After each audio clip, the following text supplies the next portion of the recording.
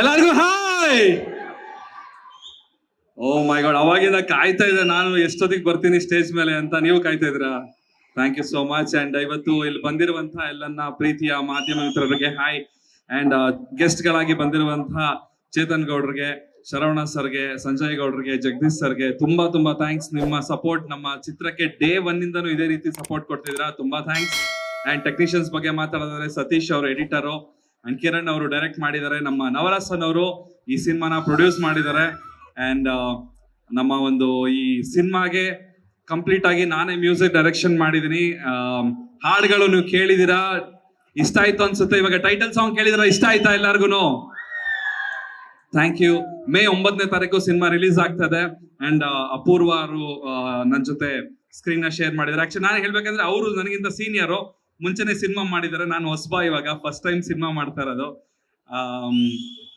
Hopefully ನಿಮ್ಮೆಲ್ಲರಿಗೂ ನನ್ನ acting ಇಷ್ಟ ಆಗುತ್ತೆ ಅಂತ ಅನ್ಕೊಳ್ತೀನಿ. ನಾನು ಆಕ್ಟಿಂಗ್ ಹೆಂಗ್ ಮಾಡಿದೀನಿ ಅಂತ ನೋಡ್ಬೇಕಂದ್ರೆ ದಯವಿಟ್ಟು ಥಿಯೇಟ್ರಿಗೆ ಬಂದು ಒಂದ್ಸಲ ನೋಡಿ.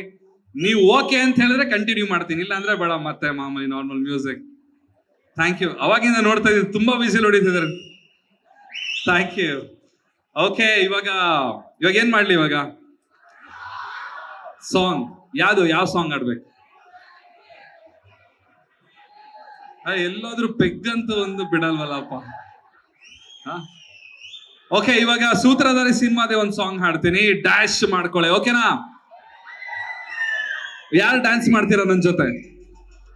ಡ್ಯಾನ್ಸ್ ಮಾಡ್ತೀರಾ ಸ್ಟೇಜ್ ಮೇಲೆ ಬಂದು ನನ್ನ ಜೊತೆ?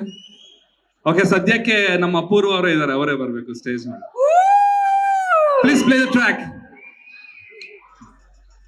ಇವಾಗ ಟೈಟಲ್ ಸಾಂಗು ಮತ್ತೆ ನಮ್ಮ ಸೂತ್ರಧಾರಿಯ ಇನ್ನೊಂದು ಹಾಡು ಏನ್ ಮಾಡ್ಬೇಕು ಬರ್ದಂತ Vijay sir, thank you so much. ತುಂಬಾ ಒಂದು ಒಳ್ಳೆ ಪಾರ್ಟ್ನರ್ ನೀವು ನನಗೆ ಲಿರಿಕ್ಸ್ ಬರೆಯೋದ್ರಲ್ಲಿ. Thank you so much. Yes sir, Sutradhari ಸಿನಿಮಾದ ಬಗ್ಗೆ ಹೇಳಿ, ನಿಮ್ಮ ಪಾತ್ರ ಏನು, ನಿಮ್ಮ ಪಾತ್ರದ ಬಗ್ಗೆ ಹೇಳಿ, ಯಾಕೆ ಆಕ್ಟಿಂಗ್ ಮಾಡ್ಬೇಕು ಅಂತ ಅನ್ನಿಸ್ತು ಫಸ್ಟ್? ಆಕ್ಟಿಂಗ್ ಮಾಡ್ಬೇಕು ಅನ್ನೋದು ಆಕ್ಚುಲಿ ನಮ್ಮ ತಂದೆಯವ್ರ ಕನ್ಸು. ಚಿಕ್ಕ ವಯಸ್ಸಿಂದ ನಮ್ಮ ತಂದೆಯವ್ರು ನನ್ಗೆ ಹೇಳ್ತಾ ಇದ್ರು, ನೀವು ಫಿಲಂ ಹೀರೋ ಆಗ್ಬೇಕಂತ. ನಾನು ಒಂದ್ಸಲ ಕರಡಿ ಮುಂದೆ ಬಂದು ನಿಂತ್ಕೊಂಡು ಹೋಗ್ಬಿಟ್ಟು ನಗು ಬಂದ್ಬಿಡ್ತೇನೆ ನನಗೆ, ನಾನ್ ಯಾವಾಗ ಹೀರೋ ಆಗ್ತೀನಿ ಅಂತ. ಬಟ್ ಅವ್ರು ಅಂದಿದ್ದು ಒಂದು ಮಾತು ಇವತ್ತು ನಿಜ ಆಗ್ತದೆ. ಮೇ 9ನೇ ತಾರೀಕು ನಮ್ಮ ತಂದೆಯವ್ರ ಕನ್ಸಾಗ್ತಿ ಆಕ್ಚುಲಿ ಅದು. ಅಂಡ್ ಈ ಸಿನಿಮಾದ ಪಾತ್ರದ ಬಗ್ಗೆ ಹೇಳ್ಬೇಕಂದ್ರೆ, ನಾನು ಒಬ್ಬ ಪೊಲೀಸ್ ಕ್ಯಾರೆಕ್ಟರ್ ನ ಮಾಡಿದೀನಿ, ಒಬ್ಬ ಅಂಡರ್ ಕವರ್ ಕಾಪ್ ಕ್ಯಾರೆಕ್ಟರ್ ಮಾಡಿದೀನಿ. ನಮ್ಮ ಕಿರಣ್ ಅವರು ಮತ್ತೆ ನಮ್ಮ ಕ್ರಿಯೇಟಿವ್ ಡೈರೆಕ್ಟರ್ ನವರಸನ್ ಅವರು ಈ ಸಿನಿಮಾನ ತುಂಬಾ ಚೆನ್ನಾಗಿ ಕತೆ ಮಾಡಿ ನನಗೆ ಬಂದು ಕತೆ ನರೇಟ್ ಮಾಡಿದಾಗ ನಂಗೆ ತುಂಬಾ ಖುಷಿ ಆಯ್ತು. ಈ ಸಿನಿಮಾ ಮಾಡ್ಬೇಕು ಅಂತ ಒಪ್ಕೊಂಡೆ. ಮೇನ್ ಒಪ್ಕೊಂಡಿದ್ದು ನಾನು ಬಿಕಾಸ್ ಆಫ್ ನವರಸನ್ ಅವರು. ಯಾಕಂದ್ರೆ ಅವರು ಎಲ್ಲಾ ಸಿನಿಮಾಗಳನ್ನೂ ಅಷ್ಟು ಅದ್ದೂರಿಯಾಗಿ ಪ್ರಮೋಟ್ ಮಾಡ್ತಾರೆ, ಅವ್ರದೇ ಸಿನಿಮಾನ ಎಷ್ಟು ಚೆನ್ನಾಗಿ ಪ್ರಮೋಟ್ ಮಾಡಬಾರ್ದು ಅಂತ ಹೇಳಿ, ಸೊ ಅದಕ್ಕೋಸ್ಕರ ನಾನು ಒಪ್ಕೊಂಡೆ. ಅಂಡ್ ಈ ಕಾರ್ಯಕ್ರಮಕ್ಕೆ ಇವತ್ತು ತಬ್ಲಾ ನಾಣಿಸ್ ಅವರು ಕೂಡ ಬಂದಿದ್ರು, ಅವ್ರಿಗೂ ತುಂಬಾ ಧನ್ಯವಾದಗಳು. ಅಂಡ್ ನನ್ನ ಪಾತ್ರ ನಾನು ನಿಭಾಯಿಸಿದೀನಿ ಅಂತ ಅನ್ಕೊಂಡಿದೀನಿ. ಯಾಕಂತ ಹೇಳಿದ್ರೆ ಜಾಸ್ತಿ ನನಗೆ ಟೇಕ್ಸ್ ನ ತಗೊಳಕ್ಕೆ ಬಿಡ್ತಿಲ್ಲ. 1 ಟೇಕ್ 2 ಟೇಕ್ ಅಲ್ಲಿ ಎಲ್ಲ ಟೇಕ್ ನ ಓಕೆ ಮಾಡ್ತಾ ಇದ್ರು.